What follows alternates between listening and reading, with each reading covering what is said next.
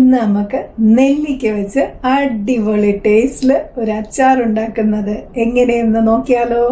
ഇത് നന്നായിട്ട് കഴുകിയെടുത്താണ് ഒരു 10 മിനിറ്റ് ഉപ്പുവെള്ളത്തിലിട്ട് വെച്ചു. അതിനുശേഷം 2-3 പ്രാവശ്യം കഴുകിയെടുത്താണ്. ഇതിനി നമുക്ക് എന്താ ചെയ്യേണ്ടതെന്ന് വെച്ചാൽ ഞാനിവിടെ കുറച്ച് വെള്ളം തിളപ്പിക്കാൻ വെക്കുന്നുണ്ട്.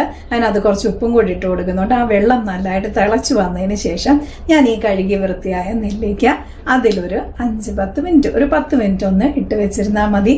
അന്നേരം അതെന്താണ് പെട്ടെന്ന് തന്നെ നമുക്ക് എടുക്കാവുന്ന പരുവത്തിലായി കിട്ടും. ഒന്ന് അലുത്ത് വരുമെന്ന് പറയത്തില്ലേ, ഉടനെ കഴിക്കാവുന്ന പരുവം.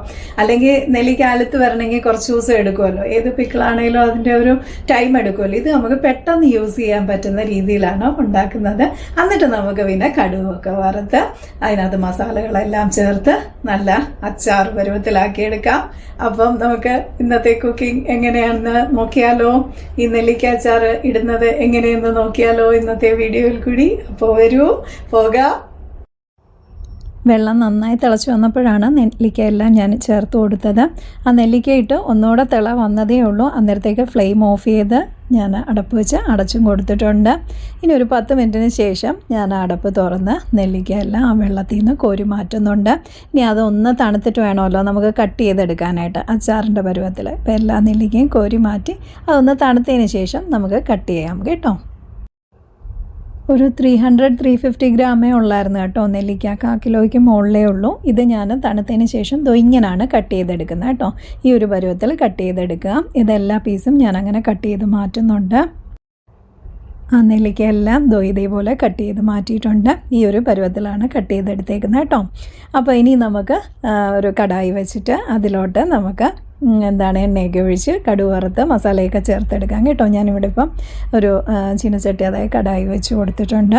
അതിലോട്ട് എണ്ണ ഒഴിച്ചു കൊടുത്തു. ഞാനിവിടെ വെളിച്ചെണ്ണയിലാണ് ചെയ്യുന്നത്.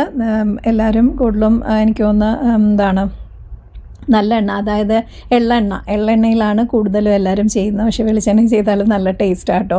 ഞാൻ കൂടുതലും അച്ചാറിനായാലും വെളിച്ചെണ്ണ തന്നെയാണ് ഉപയോഗിക്കുന്നത്. കുറച്ച് കൂടുതൽ എണ്ണ ഒഴിച്ചു കൊടുക്കുക. അതിന് നമ്മുടെ ക്വാണ്ടിറ്റി അനുസരിച്ച് എണ്ണ ഒഴിച്ചു കൊടുക്കുക കേട്ടോ.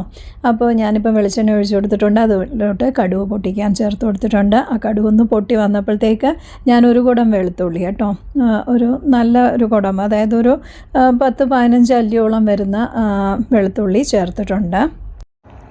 പിന്നെ ഒരു 7-8 പച്ചമുളക് ചേർത്തിട്ടുണ്ട്. ചെറുതായിട്ട് കട്ട് ചെയ്ത് പച്ചമുളക് ചേർത്ത് കൊടുക്കുന്നുണ്ട്. പിന്നെ കറിവേപ്പില ചേർക്കുന്നുണ്ട്, ഉണക്കമുളക്, ഇത്രയാണ് ചേർക്കുന്നത് കേട്ടോ. പിന്നെ ബാക്കിയുള്ള മസാലപ്പൊടികൾ നമുക്ക് ഇതൊന്ന് ചെറുതായിട്ടൊന്ന് അതിൻ്റെ പച്ചമണം മാറി ഒന്ന് മൂത്ത് വന്നാൽ മതി. അന്നേരത്തേക്ക് നമുക്ക് മസാലപ്പൊടികൾ ചേർത്ത് കൊടുക്കാം കേട്ടോ.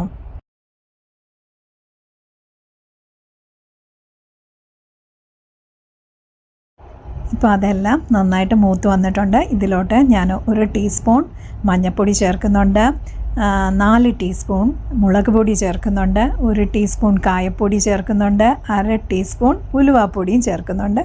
പിന്നെ ഓൾറെഡി നമ്മൾ നെല്ലിക്ക ഉപ്പ് വെള്ളത്തിലാണ് വേവിച്ചെടുത്തത്.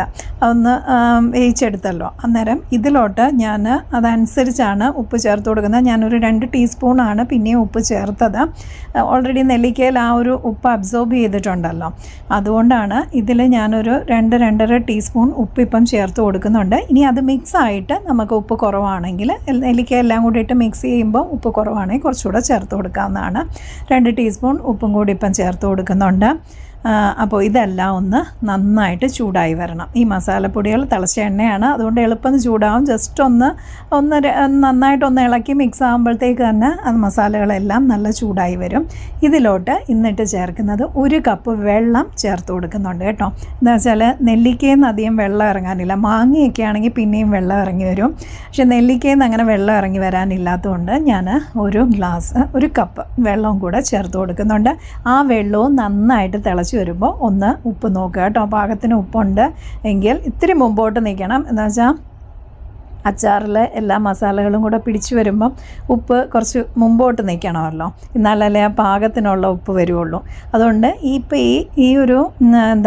ഈ മസാലകളെല്ലാം ചേർത്ത് കഴിഞ്ഞുള്ള ഉപ്പിൻ്റെ പരുവം നോക്കുന്നുണ്ട്. കുറവുണ്ടെങ്കിൽ ചേർത്ത് കൊടുക്കുക. ഞാൻ കുറച്ചുകൂടെ ചേർത്ത് കൊടുത്തിട്ടുണ്ട് കുറവായതുകൊണ്ട്. ഇപ്പോൾ ഏതാണ്ട് 3-3.5 ടീസ്പൂണോളം ഉപ്പും ചേർത്ത് കൊടുത്തിട്ടുണ്ട്. ഇനി അതൊന്ന് തിളച്ച് വന്നതിന് ശേഷം ഞാൻ 1 ടേബിൾ സ്പൂൺ എന്താണ് ശർക്കര പൊടിയും കൂടെ ചേർത്ത് കൊടുക്കുന്നുണ്ട് കേട്ടോ. ആ എരിവും മധുരവും ഉപ്പും എല്ലാം കൂടെ ബാലൻസ് ആയിട്ട് വരാനായിട്ടാണ് 1 ടീസ്പൂൺ ശർക്കര പൊടിയും കൂടെ ചേർത്ത് കൊടുക്കുന്നുണ്ട്. ശർക്കര ഇല്ലെങ്കിൽ നിങ്ങൾ എന്താണ് പഞ്ചസാര ചേർത്ത് കൊടുത്താൽ മതി. 1 ടേബിൾ സ്പൂൺ പഞ്ചസാരയും കൂടെ ചേർത്ത് കൊടുത്താൽ മതി.